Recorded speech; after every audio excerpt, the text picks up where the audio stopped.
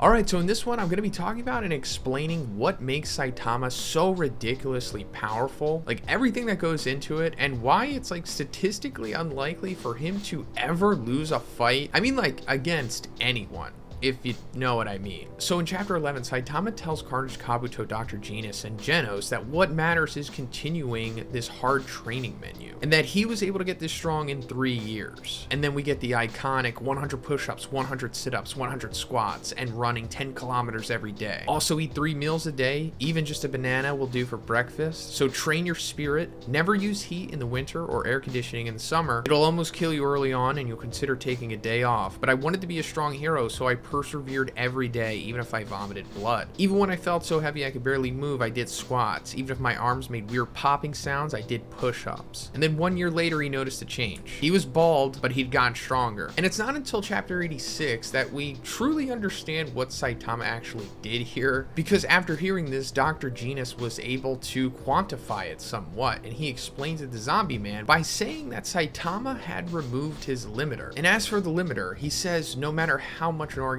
strives, there are limits to its growth. An overabundance of strength is a burden to its bearer, giving rise to complications. Those who become monsters shed their original selves and rage out of control. For that reason, God has designed each creature to grow within parameters that allow for survival and preservation of reason, and the mechanism for controlling that growth is called a limiter. But Saitama had forced himself beyond his boundaries and thereby succeeded in removing his limiter. And I'm sure a lot of us know that by now. But an interesting thing that Dr. Genis says is that those who become monsters shed their original selves and rage out of control, showing that there is kind of like a parallel between what Saitama has done and what others do when becoming monsters. And this dichotomy is actually shown to us throughout the series, represented in Garo's path as well as Saitama's. Garo's path, of course, eventually leads to him becoming Cosmic Fear Garo, as to where Saitama's leads him to becoming Saitama. But first, let's talk about the sponsor of this video, One Punch Man the Strongest. Considering you're watching this, there's a big chance that you're a fan of One Punch Man. And if you are, you're in luck, because One Punch Man the Strongest is an officially licensed turn-based RPG that adapts One Punch Man's story and lets you relive those iconic scenes from the original anime. Fighting villains from Mosquito Girl and Speedo Sound Sonic to the most powerful Boros, you can relive every battle for One Punch Man and experience what it's like to be the strongest guy out there. Saitama will be by your side, ready to knock out any opponent in your way and take on quests that will grant you rewards. And of course, you don't only see Saitama, you can also collect over 60 characters, including your favorite heroes and villains, forming your very own strongest team in the world of One Punch Man. Also, the game is voiced over by the original Japanese voiceover cast, so it's like watching the anime, but now you're the one who's dominating battles with your team and saving the world. Just like in most RPGs, smart strategy and unique character combinations are the keys to winning. Saitama is of course able to one-punch any enemy, since naturally he's the strongest, but he can only be called once per battle. One Punch Man the Strongest also has a lot of great game scenes and fight modes, such as the Institute of Genetics, Association Arena,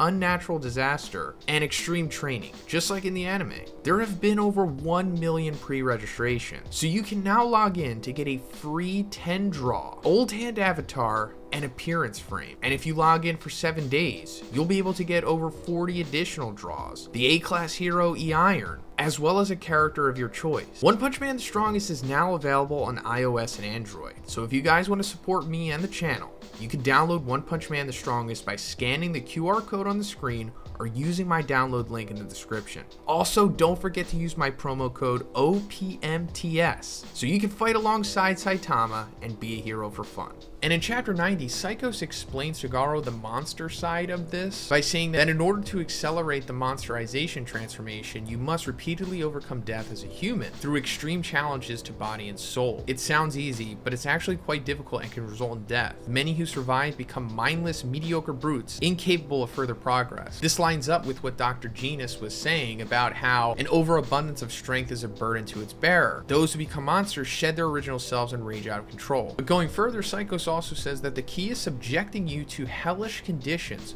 perfectly suited to your level. And this lines up with what Saitama was doing. You know, the push-ups, the sit-ups, eating 3 meals a day, never using heat in the winter or air conditioning in the summer, and just doing it every single day, even if you feel like you're dying. So while this sequence is comical, of course, because it was intended to be, it was also showing that Saitama had pretty much inadvertently created the perfect hellish condition suited to his level in order for him to get to the point of removing his limiter. But going further, Psycho says that she learned that overcoming death brought advancement to a higher stage, and that each time resulted in exponential growth. And we actually see Saitama do this as well, or at least in my opinion we do. Because if we go to the bonus chapter from volume 2 called Brushing Up, we see Saitama 300 days into his training. And at this point, he's really feeling it. Like, we see him like keeling over during his training and truly suffering, more so than what we saw of that montage in the anime. And he says, I've been training for 300 days. In response to the repetitive movements, my body's abilities have really taken off. But that pain again, I'm feeling it more frequently. Have I pushed myself too hard? And it really looks like Saitama is like pushing himself to death for sure. But later on in this chapter, he eventually encounters this tiger level monster by the name of the incarnation of the electric light string. And this monster just destroys Saitama at first. And it gets to the point of where Saitama's like, this is no time for crying, my limits. I must surpass my limits. Until he eventually gets hit with this massive strike that like puts him in a wall. And the following sequence, I guess, is up for interpretation for sure, but we see Saitama fall over and it looks like he straight up dies here. We also have the losing of the tooth parallel between him and Garo as well. And he says, well, so much for that cavity. Then he suddenly gets up and his expression has now changed into the more comical, nonchalant one that we've come to know of Saitama currently. And now he's just strong enough to just one punch the electric light string monster. So in my opinion, this is pretty much what Psychos was telling to Garo. Overcoming death brought advancement to a higher stage and resulted each time in exponential growth. So along with what Saitama was doing with his standard training, one of the more important aspects of it was him fighting monsters that were much stronger than him along the way. And I guess it's being insinuated that he had overcome death at least multiple times. And along with his other training and never taking a day off, subjecting himself to hellish conditions perfectly suited for his level, he eventually removed his limiter. And as for removing his limiter, well, to be honest, we don't really get too much insight into that until recently. Because when Saitama is fighting Cosmic Fear Garo, we see that Garo has become strong enough to match Saitama's current level of power, which no one else before this was able to do. And in response to that, we see what Saitama's true power is, because the narrator tells us that Saitama was continuing to grow. Until now, no one had equaled him in strength or noticed his growth. However, due to his intense emotion,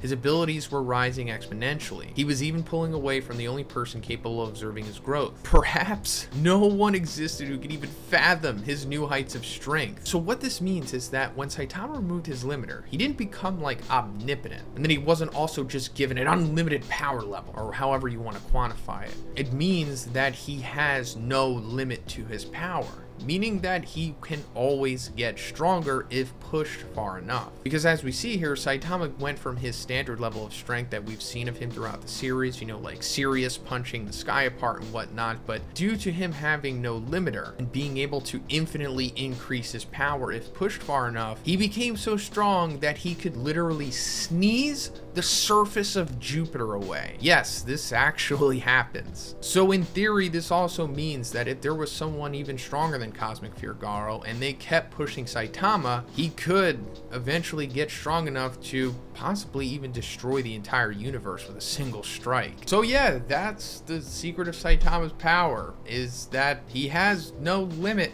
to it and that he'll always get stronger in a standard fight. I do think Saitama is going to lose in the future of the series, but not necessarily in a fight, and I'm going to be talking about that in another video. But that's pretty much it for this one, guys. Let me know what you think about Saitama's infinite power, and if you liked the video, please give it a like and please subscribe if you haven't already. Have a great day, and I'll see you in the next one.